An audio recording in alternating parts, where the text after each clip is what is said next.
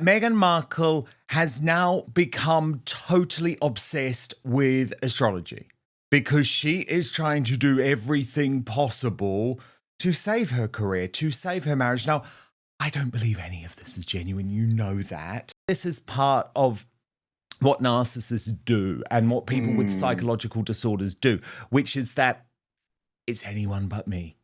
It's anyone but me. Meghan Markle will always find anything she can not to have to look inwards. She can't get on a Zoom call because Mercury is in retrograde. Let that sink in.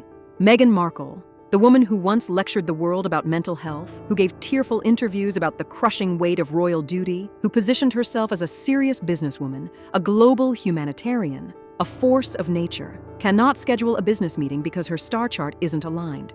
Increasingly treating astrology as part of her decision-making process. This is no longer casual for Meghan. One insider tells Naughty But Nice she checks timing, signs, and energies before almost anything important. This is where we are. This is what the great Sussex empire has come to. And if you've been watching this channel, if you've been paying attention, if you've been told repeatedly that you were reading too much into the red flags, this moment right here is your vindication. Every single thing we said was coming has arrived, and it didn't arrive quietly. It arrived wearing a crystal and blaming the cosmos. Let's be clear about what is actually happening here. This is not a spiritual journey. This is not Meghan Markle finding peace, finding faith, finding herself.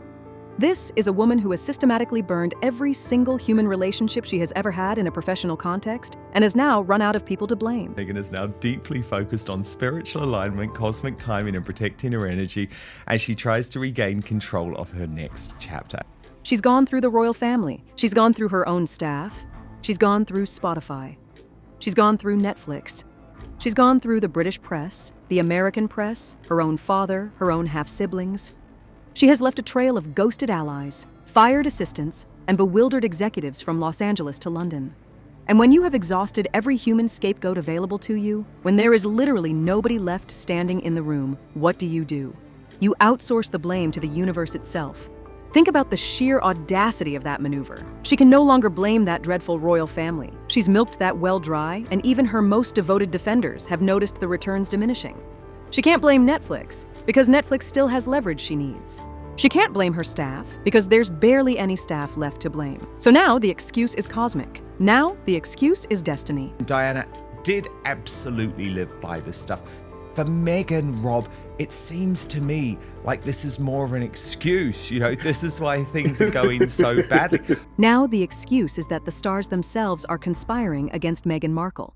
And the thing is, and this is the part that should make you genuinely furious, she has found an astrologer who is confirming every single thing she already believes. She's not looking for astrological guidance. She's looking for astrological validation.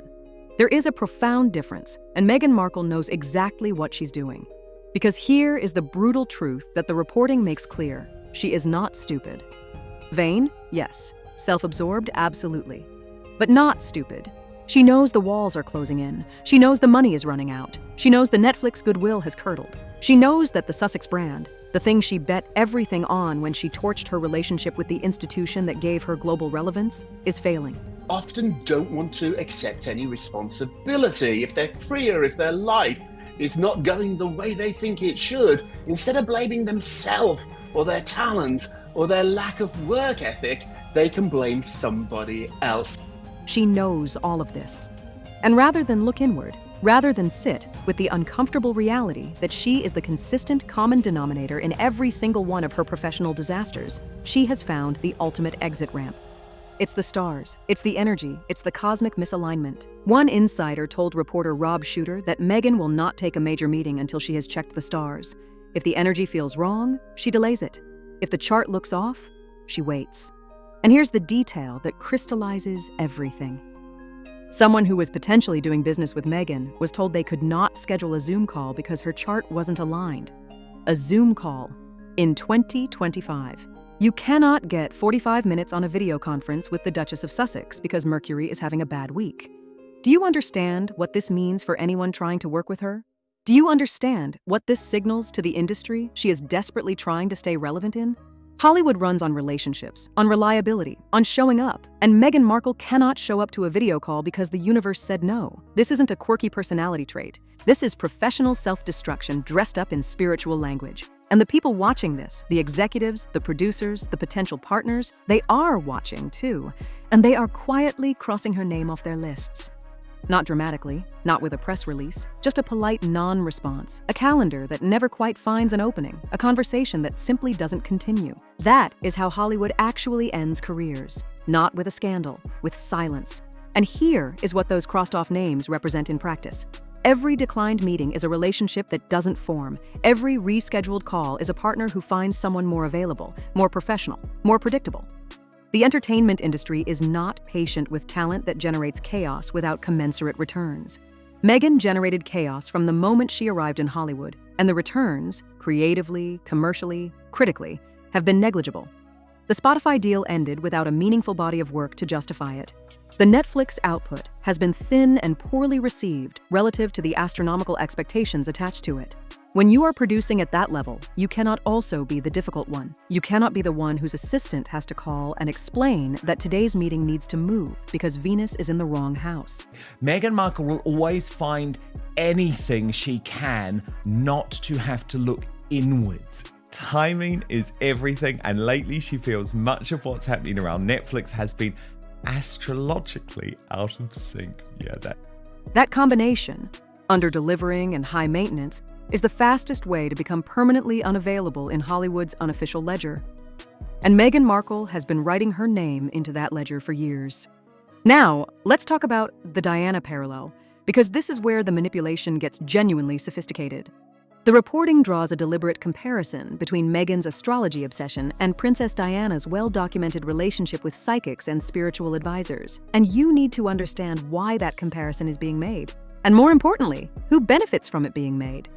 Diana's belief was genuine. Diana was a woman under extraordinary pressure, in genuine pain, navigating an institution that was crushing her. Her relationship with astrology and the spiritual world came from a place of real vulnerability and real faith. Meghan's relationship with astrology is, by the accounts of people close to the situation, not that. It is strategic. It is constructed. It is performance. But here's the genius of the play, and credit where it's due because this is clever. If you can draw that Diana parallel, if you can position yourself as walking the same spiritual path as the most beloved royal who ever lived, you accomplish two things simultaneously. You rehabilitate your public image among people who loved Diana, and you lock Prince Harry in place, because Harry's love for his mother is the one emotional lever that has never failed to move him. I think Meghan cosplays Diana in so much of what she does. I think a lot of it is just to try and trick Prince Harry and keep Prince Harry on board with this failing marriage. The reporting makes this explicit. Whenever she plays the Diana card, it is so powerful to Harry. And so the astrology isn't just about finding excuses. It's about finding a new way to keep a very unhappy man tethered to a failing marriage. Because Harry is unhappy. The reporting does not hedge on this. Clearly unhappy. And weak. Too weak to act on that unhappiness. A man who has reportedly floated the idea of simply moving to Montana, of stripping everything back, of living a simpler and cheaper life. A man who is watching the money drain away, who misses his friends, who misses his family, who has sacrificed everything at the altar of a relationship and a brand that is delivering him nothing he actually wanted. It's fair to say Meghan's career and potentially her relationship is on death row.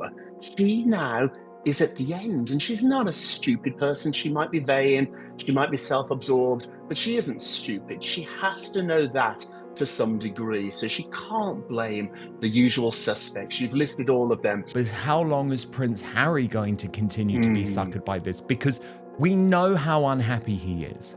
We know how conscious he is of the fact the money is running out. He doesn't particularly even want this life. It's not fulfilling him. He misses his friends. He misses his family.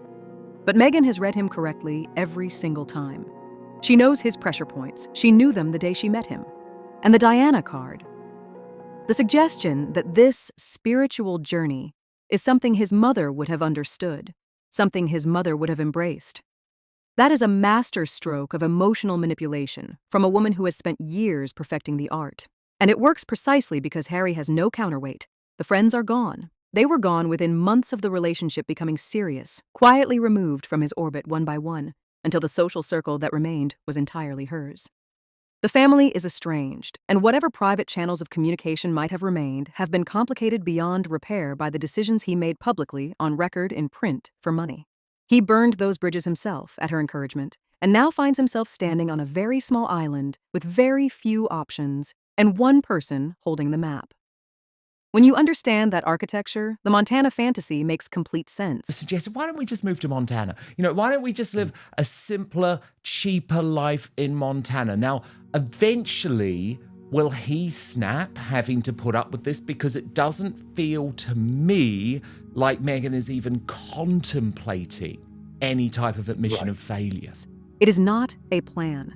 It is a daydream. It is what a man thinks about when the life he is living has become unrecognizable to him, and the way back has been deliberately and systematically closed off. But here's what makes this moment different from every other chapter of the Sussex saga. The manipulation is becoming visible. The architecture is showing. The people around her, the sources speaking to reporters, the business contacts quietly declining to reschedule that Zoom call, they are not being fooled. And the astrologer herself will not be exempt from the pattern. Because this is what Meghan Markle does. She finds people who serve a purpose, she extracts what she needs from them, and then she moves on. The reporting is direct about this. She'll fall out with these astrologers. They'll be ghosted.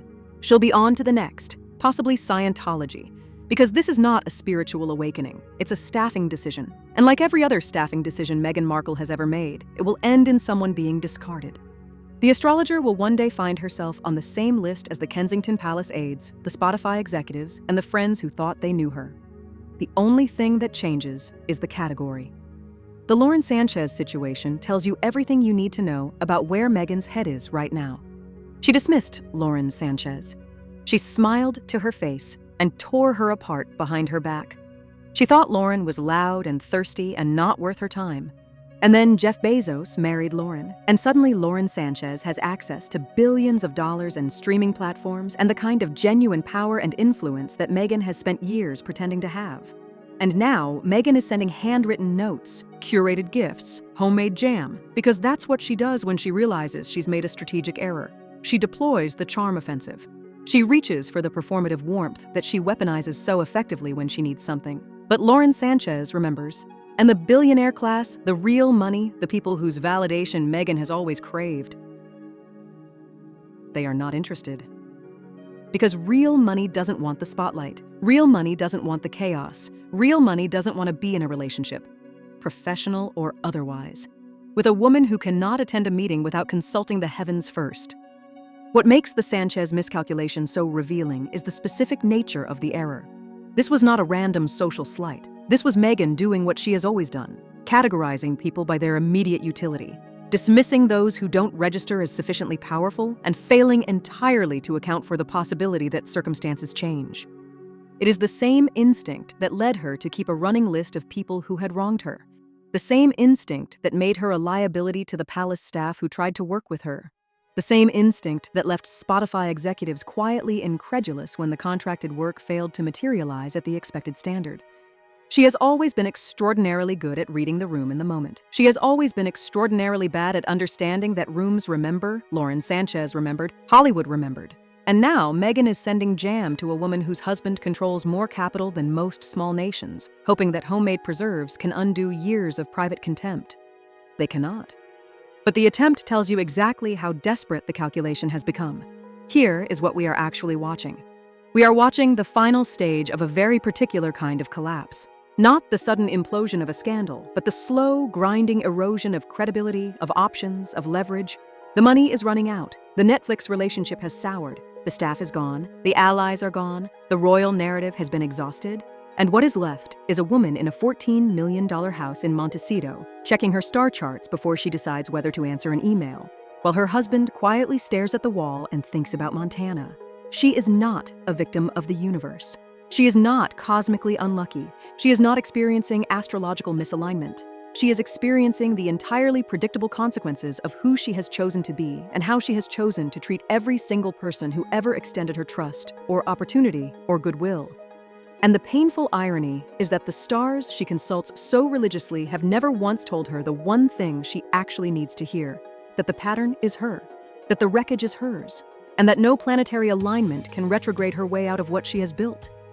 The stars didn't do this. Meghan Markle did this. And the universe, for once, has nothing to answer for. If you've been watching this story unfold and you knew from the beginning how it would end, you belong here. Palace Leaks covers what the mainstream press is too polite to say plainly. Subscribe and turn on notifications. Because this story is far from over, and every new chapter proves the point.